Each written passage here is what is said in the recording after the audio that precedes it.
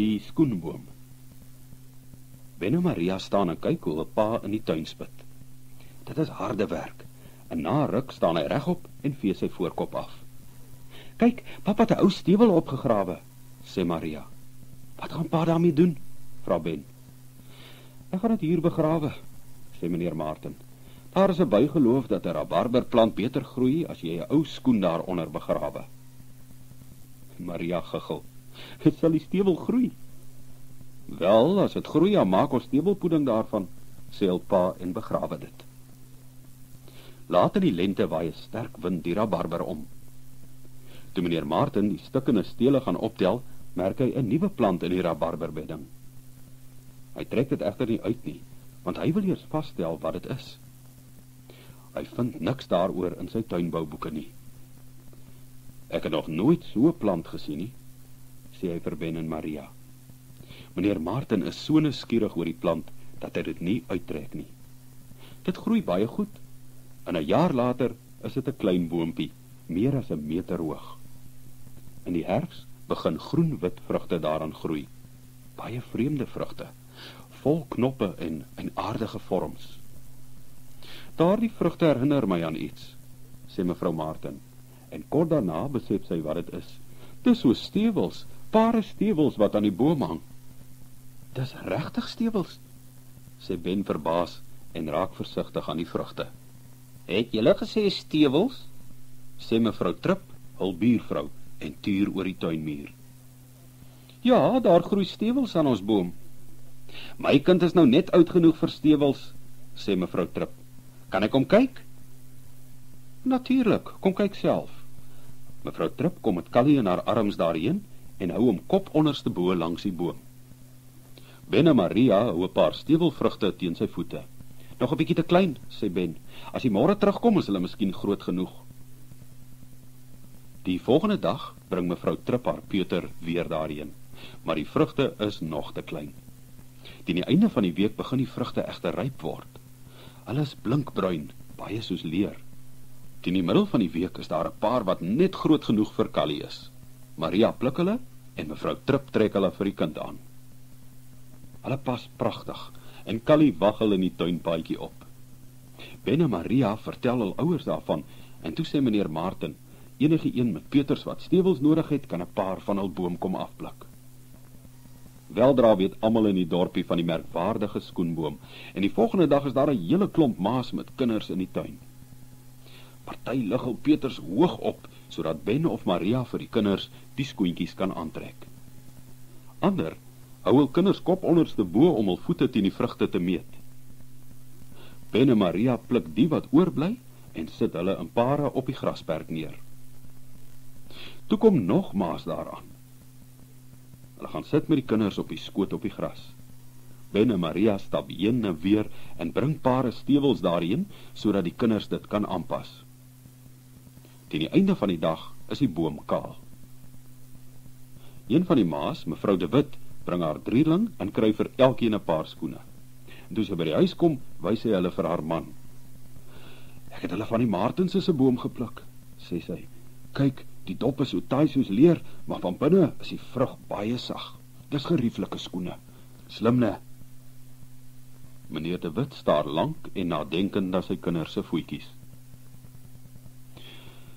Geef my daai skoene, sê hy op laas. Ek het 'n plan. Die volgende jaar dra die boom groter vrugte, en omdat die kinders se voete gegroei het, kry hulle almal skoene wat pas. En so gaan dit jaar na jaar. Elke jaar is die stewels in die kinders se voete groter, en elke jaar pas hulle. Toe verskyn daar 1 jaar 'n reuse teken voor meneer De Wit se huis. De Wit se tuisgekweekte skoene, lui dit. Hy was die laaste tyd baie geheimsinnig oor daardie stuk veld agter sy huis, sê meneer Martin vir sy gesin. Nou sien ek waarom. Hy het al die skoene geplant wat ons sy kinders gegee het, en nou het hy dosyne bome, die skelm ou jakkals. Hulle sê hy gaan 'n fortuin daaruit maak, sê mevrou Martin bitter. Dit lyk bepaald asof hy baie geld gaan maak. Daardie herfs Hier ry 3 vroue om die skoene van sy bome af te pluk en hulle in verskillende groottes te sorteer. Daarna wikkel die vroue die skoene in sneespapier, verpak hulle in dose en stuur hulle na die naaste staatjie. Daar word hulle vir R20 per paar verkoop. Toe meneer Martin op 'n dag by sy venster uitkyk, sien hy meneer De Wit in 'n splinternuwe motor verbyry. Ek het nog nooit daaraan gedink om geld uit die boom te maak nie, sê hy. Jy was nog nooit 'n besonderse sakeman, nie skat, sê mevrou Martin goedig. In elk geval, ek is bly die kinders in die dorp kan nog steeds hul skoene verniet by ons kry. Eendag stap Ben en Maria aan die veld langs meneer De Wit se boord. Meneer De Wit het 'n hoë muur gebou om mense uit te hou, maar skielik verskyn 'n seun se gesig bo die muur. Dit is al vriend Riekie. Hy klim op die muur en spring aan die diskant af. Hallo Riekie, sê Ben. Wat het jy in meneer De Wit se tuin gemaak? Die seun lag. Kyk, toe begin hy in die lang gras skoenvrugte optel tot sy arms vol is. Dis vrugte wat van die bome afgewaai het, sê hy. Ek het hulle oor die muur gegooi en ek gaan hulle vir my ouma neem. Sy gaan nog 'n skoenvrugte pastei bak. 'n Pastei? Sê Maria. Kan mense dan eet? Hoe smaak dit? Wel, die dop is 'n bietjie taai, maar as jy die binnegoed met baie suiker kook, is dit heerlik. My ouma maak lekker pasteie daarmee. Kom proe as jy wil. Ben en Maria help vir Riekie om die skoenvrugte na sy ouma se woonwa te neem en sy gee vir elkeen 'n stukkie pastei. Dit smaak ryk en soet, met 'n sterker geur as appels en baie ongewoon. Ben en Maria dink dis heerlik. Toe hulle huis toe gaan, pluk hulle van die vrugte wat nog aan die boom in hul tuin oor is. Kom ons bak dit, sê Maria. Ek het nou net op skool geleer appels bak. So gesê, so gedaan. Maria en Ben prop die skoenvrugte vol rosientjies, en toe hul ouers tuis kom, sit hulle dit met slagroom voor. Meneer en mevrou Martin nou net so baie van die vrugte as die kinders. Toe hy klaar is, begin meneer Martin lag. Ek dink ek het 'n plan. Die volgende dag pak hy 'n hele klomp kussies vol skoenvrugte, neem hulle met sy stasiewa dorp toe en hou by die straatmark stil. Na hy met een van die kramers gesels het, begin hy die vrugte uitpak. Die man skryf iets op 'n stuk karton en plak dit op sy kraam. Mense kom opgewonde nader. Kyk net, skoenvrugte, R2 per kilo. Ek het R20 'n paar vir my knaap se skoene betaal, sê een vrou.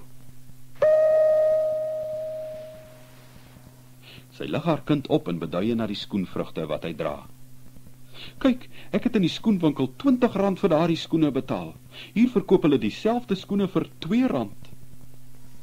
Net R2 'n kilo, roep die kramer.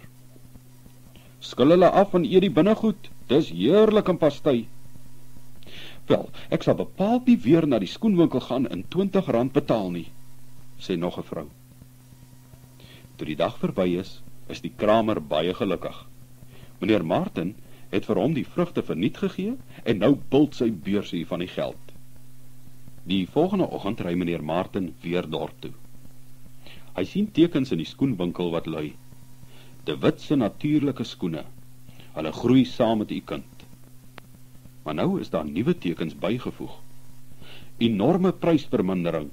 Nou slegs R2 per paar. Van toe af was almal gelukkig. Die dorpskinders het nog altyd hul skoene verniet by meneer Martin gaan haal en die mense in die staatjie was heeltemal gewillig om R2 per paar in die skoenwinkel te betaal. Bovendien kon enige een die vrugte eet as hulle wil. Net meneer De Wit was nie gelukkig nie. Hy het nog skoene verkoop, maar hy het minder geld gemaak as tevore. Dink jy ons behoort skuldig te voel oor meneer De Wit? Vra meneer Martin vir sy vrou. Nee, wat? Vrugte is mos om te eet. Buitendien, sê Maria, dit was mos pa wat die ou stewel opgegrawe en geplant het. Ek onthou dit goed. Hy het nog vir ons stewelpoeding beloof. In hierdie storieman is daar verskillende soorte skoeisel.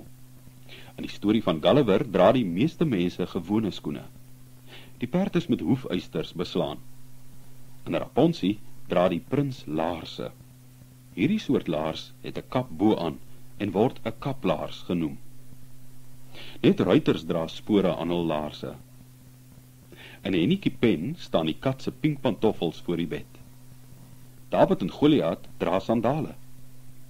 Goliath het ook nog kamaste aan om sy skene te beskerm. Die skoene in die skoenboom is hoog. Sulke skoene word gewoonlik stewels genoem. In die volgende storie sien jy ruimtelaarse.